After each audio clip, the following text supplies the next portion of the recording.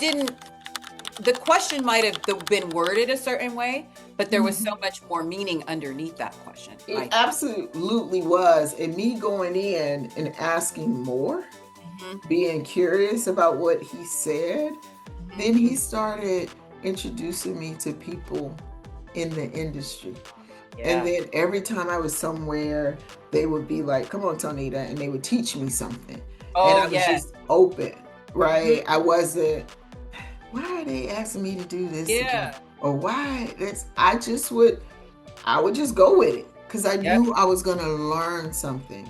Yeah. And so when I got the offer for this job, and of course you need references and all those people Mhm. in my path, the Mhm. recruiter or headhunter called me back and said, "This is probably the best references I've ever had in my life." Because those Yeah. people were part of my development, my Yeah. process, and I learned from them, and I'm so thankful for them. Mhm. That one CEO, they were supposed to call him at a certain time, but they were running behind. He called them and was like, "Hey, we were supposed to talk. Are I we know going?" that's right. I know that's right. That is so good. Yeah. Oh my goodness, that speaks to you and your character and all of the things and the way that you have touched people throughout your career. I like to consider myself a sponge. So even in Mhm. these like conversations that I have with the very different and yet such interesting individuals that I've had the blessing to be able to speak with, Yeah. uh, I feel like I learned something from Yeah. every single one of them. In my career, I've had some individuals that have touched me in a way like what you are mentioning. And I actually just met with one of them last week because I consider him a mentor. Mhm. When I very first went into account management from being more of a hybrid where I was more in the office, he's the Mhm. first person that gave me an opportunity. He did not want to keep me in a box because I was so good at the job that I was currently doing. He said, no, Mhm. because she's on my team. So if she goes out there and does a great job, that's going to make me look better as a manager. That's She right. succeeds, I succeeds. And I'll never forget it. And I told him this. I said, you had a newborn. He sent me through, I don't know if you're familiar with Dale Carnegie, the Oh true yeah. teachings. Yeah, so he sent me through Dale Carnegie school for like an 8-week course. And when I graduated with a newborn, he still came and supported me at my graduation, which was like after Mhm. hours. And that's Mhm. not something that he had to do. He Yeah. could have been like, the company's paying for this education. I want her to be better. But he didn't have to come and do that. So I just That's feel right. like when you meet those people, Mhm. they are going to stick with you for a very long time. Yeah. And yeah, and those references, the fact that Yeah. he called and Yeah, said, the headhunter yeah. was so tickled. She was like, "Never had anyone call Uh-huh. me." And so you were supposed to call. I was like, "Yeah, that's him." He wanted to make sure that everything Uh-huh. that he had to say, yeah, that's good, Tonita. That is so Mhm. good. Um, okay, so I realize that this conversation is going very, very well, but time is not on our side. So Mhm. I'm going to get some key questions that I want to, and then maybe we'll be able to come back and do part two of this. Yeah. Um, so in just some of my, before we got together, I wanted to read a little bit about, so I went to Verity and I did a little bit of reading on your story. And one of the things that you said was one of your biggest mistakes was not allowing yourself to be vulnerable. But we've Yeah. talked about how you were open. Yeah. So at what moment do you feel like you said, you know what, if I'm not vulnerable and if I don't do this, then the end result might not be what I envision it to be? Yeah, that wasn't that long ago, to be honest. I'm open when it comes to learning, right? Huh? I had not always been open about something that may be bothering me or my fears or even past experiences, right, where I got it wrong. Mm-hmm, mm-hmm. Um, and what made me realize that was my health. Okay. All of a sudden, my blood pressure was going up, Mm, A1C was going up, weight. going up, and I'm like, okay, let's let's figure out what's going on. And I have always had a therapist, right? So I Right. talked to my therapist. I was like, all these things are happening. And she took it to a place of, well, how are you dealing with stress? And I said, what do Mhm. you mean? I'm dealing fine. And she said, well, you don't talk about stress. You don't talk. You got a big job, right? And I've had a big job even when I was executive vice president. It's a big job, right? Mhm. And you don't talk about those things. Yeah. You are raising three teenage boys, Mm. right? You Mhm. and I have a daughter. My Yeah. daughter is like me, so she hasn't really She been, kind of just, yeah. Yeah. Yeah. but raising three boys, she Mhm. said, you're not talking about those things. And that's when I discovered, and that probably came from my childhood and my situation of things happen. I just swallow it. Okay, let's move forward, you know? And the biggest aha moment for me was my oldest son. Mhm. I think he's a year or two older than your son. Yeah. Yeah. He got sick. He was Mm. a junior in high school and he went to go get his football physical, and the doctor called me and said he was in kidney failure. Mm. And I was, what? Yeah. Right? So we went through this journey of dialysis and for like almost 5 years Yeah. of he lost 180 pounds. And I remember when we got the call for his kidney, he was going to get his kidney transplant. Yeah. And instead of emailing, calling, texting everyone, we made a post on Mhm. Facebook Mhm. saying, hey, pray for our son. He's going in to get his new kidney. And my daughter and I both recognized the number of people who said, we didn't even know your brother was going through that. Yeah. And I went, oh my gosh, I'm doing it again. Yeah. I'm just keeping stuff in Mhm. and Mhm. I'll just deal with it. We'll deal with it, Yeah. right? Yeah. And not even stopping to say, this is hard.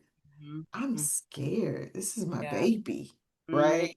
Mhm. I'm worried, Yeah. right? And you've had a similar church background that I had. You Yeah. don't say those things, but Right. that's your humanity. Mhm. Mhm. That's your humanity. And Yeah. that releasing that, Mhm. being not afraid to be afraid or Yeah. worried or Mhm. say, I don't know what to do, Yeah. right? Because Yeah. my kids will tell you, I'm a mama bear. If I can fix it for him, I'm going to fix it, Yep. right? Yep. But I could not fix this for him. Yeah. Yes. And to Mm. watch him struggle and be sick was the hardest thing in the world for me. But I Mm. never said a word Yeah. until folks start saying, I didn't even know that was going on. Yeah. Yeah. It's Mhm. just, it's actually, I don't know if I would say it's a good thing but Mhm. I can understand where you're coming from when you just Mhm. kind of put everything, and I really do honestly feel like it ties back to some of the things that could be considered trauma or things that you experienced in your, Oh, previous yeah. Yeah.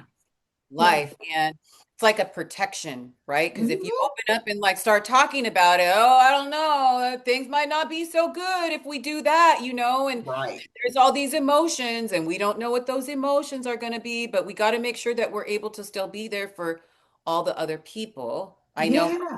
myself, like Yeah. in my life, I want to be there, make sure you're okay, you're okay, you're okay. That's And there's right. absolutely nothing wrong with having that as a quality. I do not believe that there's anything wrong with that.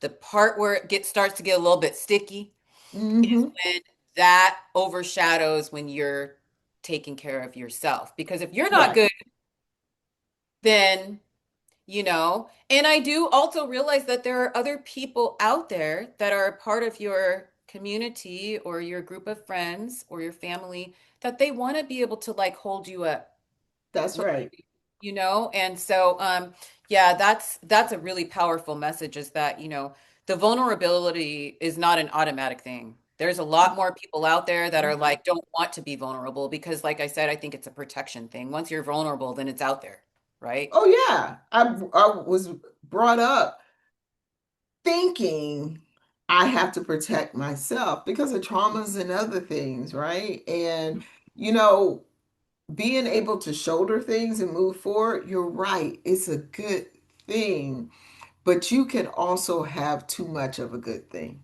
You And can. so when you're not putting yourself first, Mm-hmm. it's too much because you're not really in a place to take care of anybody else. You're not. You're not. Mhm. And the more time that goes by, I feel like you become have less and less ability to do so, right? Because Yeah, I'm just a very big advocate for mental health and how important it is to make sure that same. you know, Yeah, you pay attention to those things. And if your body is saying there's a reason, I think God gave us certain things that do certain things for a reason. that's And right. so, like, you know, stress is not a good thing. It's not. And it can start to really drastically affect your health. Yeah, And yeah, so, yeah, being able to just open up and be vulnerable, even though it yeah, might not be the easiest thing, is yeah. a good thing to be able to do. So, okay, so there's a couple of questions that I want to make sure that I'm not too, yeah, we've got about 10 minutes left. So there's about Okay. three questions that I want to end this with. And this one is very, very, I think it's going to go a long way. We're Hmm. talking about young girls, young men, you know, and I guess leaders, the next Hmm. generation. What message would you give to them, just in general, about life, pushing forward, career, life choices, things like that? Yeah, be curious Hmm. is one. You know, I feel like um it's kind of worse in this generation that kids feel like, before they even get to college, they got to have to figure it out. They got to know what they want to study, know what they want to be. I am a bona fide nerd, love learning. Yeah. But I will tell, and what I've told all of my kids, it's not about you just learning when you get to college. I want you to experience all the experiences, the Yeah. people, the different points of view. I Hmm. want you to be pushed to critically think. Yes. And I also, I know it's gonna make me sound old, I think social media doesn't allow folks to really practice critical thinking. I agree. And that's what I would say to leaders because in order to be open and curious, Hmm. you got to practice those things. You got to Yeah. listen to others' points of view. Mhm. You have to lead with empathy, not Yes. judgment, Mhm. right? Whenever someone says to me or speaks negatively about people in addiction, I get Mhm. so angry, not angry, but I'm disturbed Yeah. because when that person was in kindergarten or in grade school, no one drew the picture or dreamed of being an addict. No one said, I give up, I'm gonna be an addict. No one said that, right? Mhm. So Mhm. can we get off of that? And Yeah. how can we help this person dealing with a medical condition? Yeah. If we can see the humanity in folks, Mhm. if these leaders coming up, if you can see the humanity, stop worrying about what someone did wrong. Stop Yes. worrying about how you're going to correct folks. Mhm. See their humanity Yes. because everybody's journey is different. Yes, it is. Everybody's Mhm. journey is different. And I think that is one of the most beautiful things about life in general. That's right. It makes it very, very interesting. And we said it before. have those conversations with people, learn about other cultures, learn about That's other right. experiences. It is going to make you that much more, your life will be so much more enriched, I feel. Yeah. Like I, from my industry, being an account manager, interacting with people from all different walks of life, all around the globe, that I Hmm. think is what has, I mean, I've always been like I told you in the beginning, I'm loud like my mom. Which, by the way, thank you for joining us here on Unapologetically Dee family. Hit the subscribe button because I forgot to say that because this conversation is so fantastic. Um, but yeah, I just feel like it's so important to have those conversations. Open yourself up. And guess what? It's okay to not agree on points. That's That's right. another thing too, right? That's Is right. that if everybody agreed and everybody was the same, this world would be so boring, Tonita. Like it would Exactly. just be so boring. And people being different and having different points of view, different Mhm. opinions is a beautiful thing. And I That's right. love how you said lead with empathy. Hmm. It's Hmm. such a simple thing, right? It don't cost you nothing. You don't want nobody to be rude and mean and automatically judge you instantly. So why would Hmm. you go and do that to somebody else? Exactly. Pretty simple. Exactly. It's pretty simple, Hmm. you know? Okay, this is a good one. If a Hmm. woman listening right now is the only one in her room, her industry, her company, what would you want for her to know? Or man, woman or man. Yeah. I think, especially when you get in leadership Mhm. or specialized field, Mhm. there's a tendency to assimilate to the room. Mhm. And if you do that, then they will never get to see your brilliance. Yeah. So figure out who you are and Mhm. be unapologetic and show up as you Yes. because you were created to bring value. And if Mhm. you're trying to be like everyone in the room, Mhm. we won't get to experience that value. We Yes. won't get to experience your brilliance. And I Mhm. know it's hard. And sometimes when you do show up as yourself, you'll get side eyes and people gonna talk about you. Yep, they Let do. them. They Let can't them. help it. They can't help it. Exactly. And my Yeah. mom would say something to me, if they're not talking about you, then you're not doing anything. And there was such a truth to that. Yes. So Yep. talk about me, because Mhm. that means I'm doing something Yep. that got you unnerved. And I know I'm Yeah. not doing anything, bad, but Yeah. something I'm doing Yep. you are envy of or you don't like for some reason. So Yep. go right ahead. And that's fine because if Mhm. you want to let me and who I am as an individual Mhm. occupy your thoughts, okay, Mhm. that's Yep. cool. I just feel like, when you take the time to invest in yourself and you Right. show that, you're going to That's have right. haters. It's just That's it's right. inevitable. There's going to be haters out there. It is what it is. Maybe they want to be like you, maybe they Yeah. just don't like you for whatever this reason might be. But Yeah. never stop being you. Never Yeah. stop being you. And I said Absolutely. earlier, like I felt like I had to be muted a lot during my career. Mhm. I'm not Mhm. anymore. I am That's not right. anymore. And it was never that I was disrespectful. I'm just the type of person that I'm like, I like to say it like it is. Mhm. I don't Mhm. really feel like you need to sugarcoat things, but I also Right. understand that sometimes when you walk into a room, and especially being a woman and you're interacting with males, Mhm. sometimes they can be very intimidated by that. Mhm. And Mhm. so I have learned, like that same mentor that I mentioned earlier, pick and choose. I pick and choose, That's right. because you have to make sure that the things that you say, once you say it, it's not like you can be like, oh, I was just kidding. Yeah, you can't take it back. No. Mm-mm. Oh, so Mm-mm. many emails I typed out, Tonita, and I just let them sit in my draft, That's right. Mm-hmm. or I write stuff out because I might feel a certain way. And you're entitled to feel how you feel. We're emotions. Mhm. I mean, we're humans, so we have emotions. But Yeah.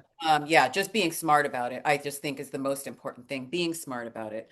Yeah. So we've talked about your career in the Air Force. We've talked about your amazing career up until this point, being a CEO. One of Mhm. the things that I mentioned in the beginning was a wife and a mom Mhm. being the most important. So that is the final question. that it's not necessarily a question. I think you have, why don't you just give a little quick overview of the family and maybe a couple of fun or interesting things about the family, and we'll just go ahead and have it like that because family, my goal is to try to have Tonita back again so we can talk about many, many more things because there's so much more that you have to offer. But let's end it with that. I let a positive, fun family note. Yeah, a family is really interesting. I hail from Virginia, is where I come from. My husband is from Buffalo, New York. Funny story about my husband and I. We met, I think it was my sophomore year of college. At my college, he was visiting a friend. And Okay. we met at a party and we just went our separate ways. Fast forward, I decided to join the Air Force to finish paying for school. And I'm in Berlin, Germany, talking to that friend who just retired, Okay. sitting in his room, and we were talking, and this door was open and this guy walks past. He backs up like, don't I know you? And I'm like, I know you.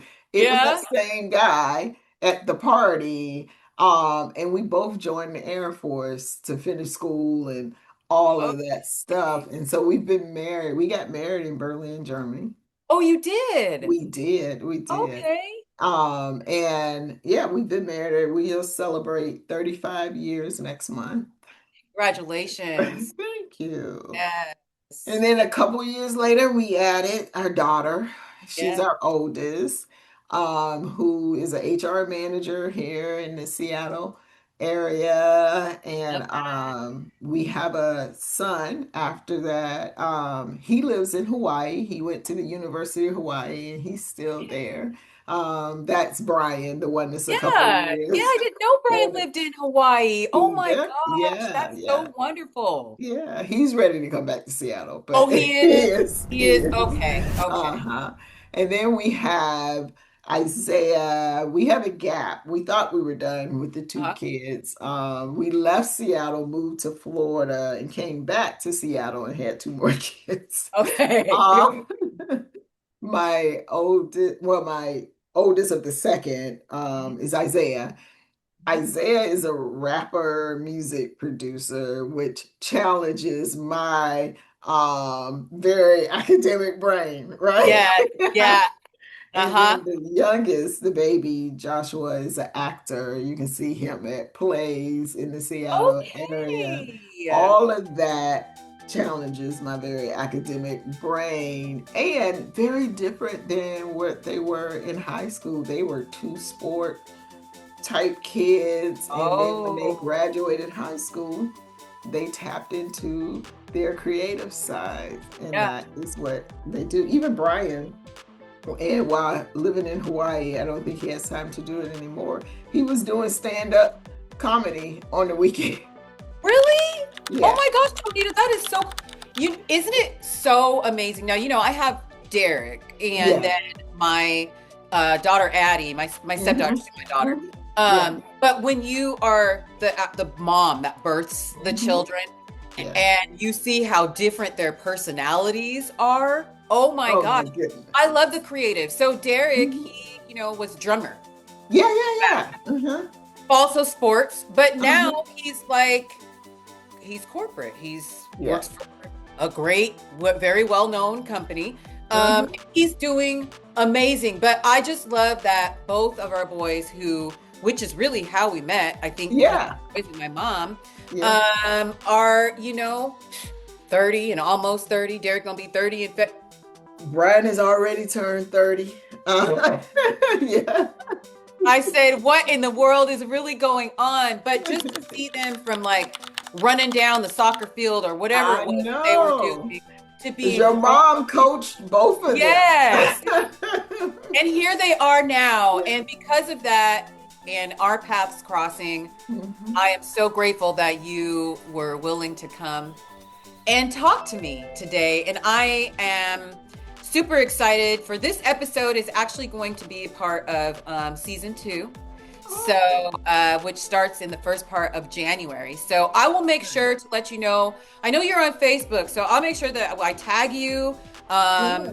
and all of that so we can get the word out there because people, you are here with Mrs. Tonita Webb and myself, your host, ABCD, on Unapologetically Dee. Real voices, real people, and the goal is to always make a real impact. So we have been having a fantastic conversation.